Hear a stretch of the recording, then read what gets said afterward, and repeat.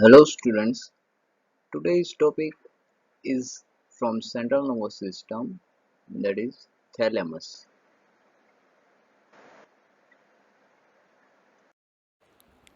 Okay, let's take introduction. Thalamus is an egg-shaped mass of gray matter. Gray matter is mainly made up of nuclei. So thalamus is basically a collection of nuclei. It lies above the brain stem, as you can see in the figure. This is midbrain, pons, and medulla. Above that lies the thalamus, this red colored egg-shaped mass. It is also known as sensory relay station because it receives all the sensation coming from the periphery and from the spatial senses. Then these sensations will relay here and will go upward into the sensory cortex. So that's why it is known as sensory relay station. Thalamus proper, epithalamus, and hypothalamus. This yellow colored mass constitutes the diencephalon, and the diencephalon along with the cerebral hemisphere forms the so-called forebrain. These are the various anatomical parts of the brain. I assume you know that in your anatomy classes. Okay, so that's it for the.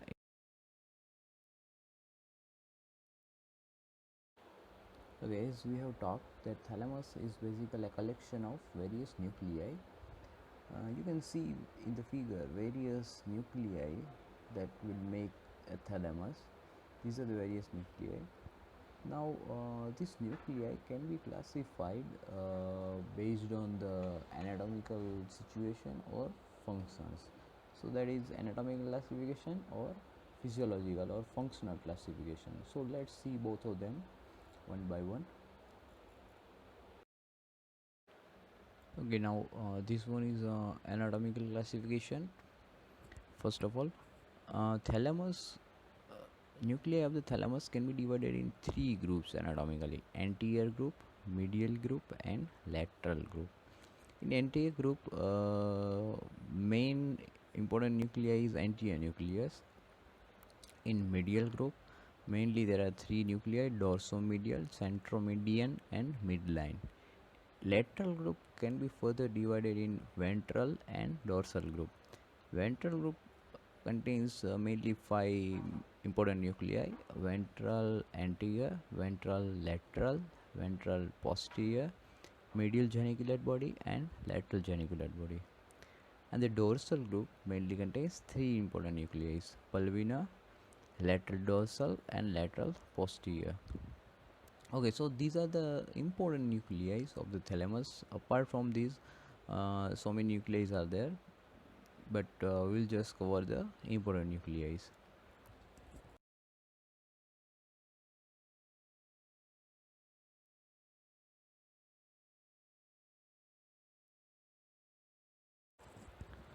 Okay, now functional classification.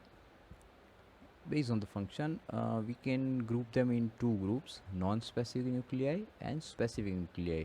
Non-specific means this nuclei doesn't have specific functions. So two nuclei are included in this non-specific nuclei, that is midline nuclei and centromedian nuclei. And specific nuclei can be further grouped in four groups. One is specific sensory relay, that is the median geniculate body, lateral geniculate body, and ventral posterior nuclei.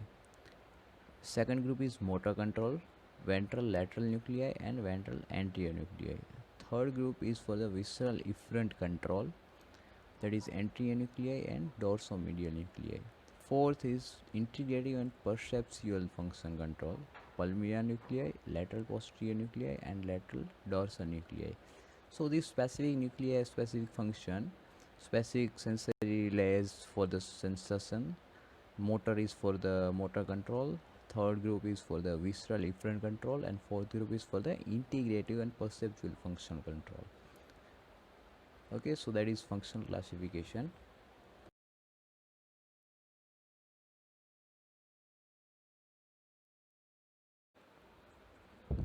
Okay, so now let's see connection of these various nuclei, from which sides they receive the inputs and where they just send the outputs. So connections. First of all, non-specific nuclei, midline nuclei and centromedial nuclei both will receive and will just connected with the reticular formation, paliospinothalamic tract, cerebral cortex and limbic system. Then specific nuclei. In specific nuclei, first of all, specific sensory relay nuclei.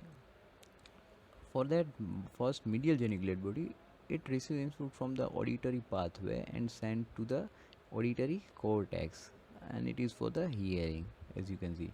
Lateral geniculate body receive input from the optic tract and will send the signals to the visual cortex, so it is for the vision. Ventral posterior nuclei, it receives input from the dorsal column, that is for the general sensations, and will send the signals to somatosensory cortex, so for general senses. Then motor control. First of all, ventral lateral nuclei will receive the signal from the cerebellum and will send to the motor cortex. Ventral anterior nuclei will receive signal from the basal ganglia and will send to the premotor cortex.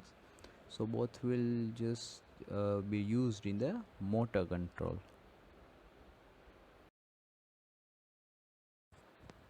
Okay, the next is visceral efferent control. Anti-nuclei takes part in Pepper's circuit and will send the signal to the singular gyrus. So will just take part in recent memory and emotions. Dorsomedial nuclei will just send signals to the prefrontal cortex and hypothalamus. So it will be used in thinking, memory and emotions. The fourth and last group, that is integrative and perceptual functional control. All these three have received the signal from the somatosensory cortex as well as from the limbic system, where will send output to the subcortical and association cortex. So they will just cause the integration of the sensations. Okay, so that's it about the all the connections of these various nuclei and the functions that they will take part.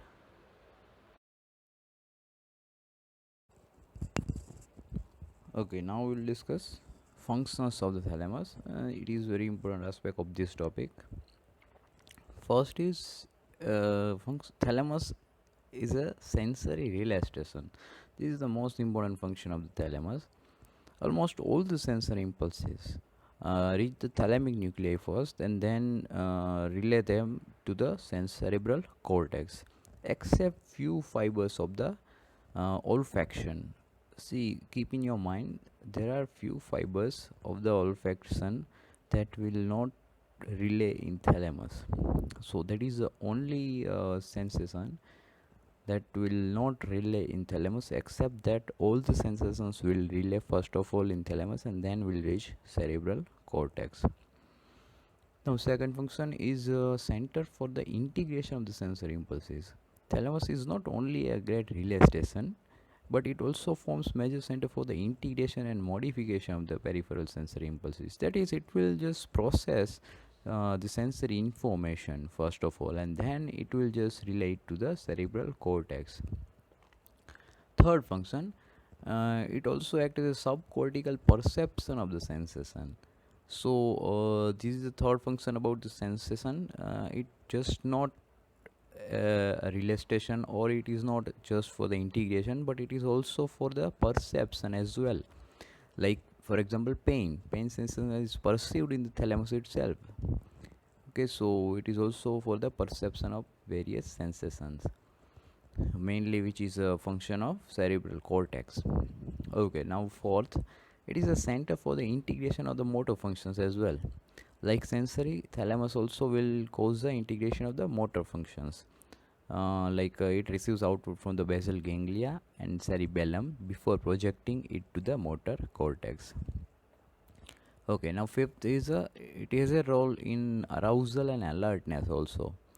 Now, non-specific nuclei of the thalamus will just receive the impulses from the RAS, reticular ascending system. Then it will be relayed here in the thalamus before it proceeding to the cerebral cortex. RAS is also known as reticular activating system. Okay, so next is a role in emotions and memory. It has also a role in memory and emotions because see, thalamic nuclei is a part of Pepez circuit which takes part in emotions. So it will also take part in emotions and memory, recent memory. Then the last function is role in language and speech. Now thalamus is also concerned with language. Integration between the different cortical parts by subcortical connection in the thalamus helps in achieve speech. So now these are not only functions of the thalamus. Apart from this function, few functions are also left. But these are the important functions of the thalamus. So we'll just cover this much.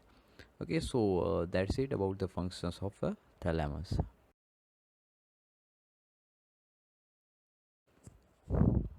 Okay, now let's discuss the last part, that is applied physiology, in which thalamic syndrome, which may occur due to the lesion of ventral posterior nuclei because and lateral posterior nuclei as well, which occurs due to the thrombosis of posterior cerebral artery mainly. So whenever there is a thrombosis in posterior cerebral artery, it may cause lesion in these two nuclei, and when there is a lesion in these two nuclei, there will be dysfunction of the thalamus, and some symptoms may be seen, like first is severe impairment of touch and pressure, because these two nuclei take part in relay station for these two senses mainly. Then it may cause decreased muscle tone and profound muscle weakness, because muscle function is also controlled by these two nuclei. And the last and important one is emotions may be affected. Now apart from that, few other symptoms may be seen, but these three are mainly seen whenever there is a thalamic syndrome, or whenever there is a thrombosis of posterior cerebral artery. Okay, so that's it about the applied physiology as well.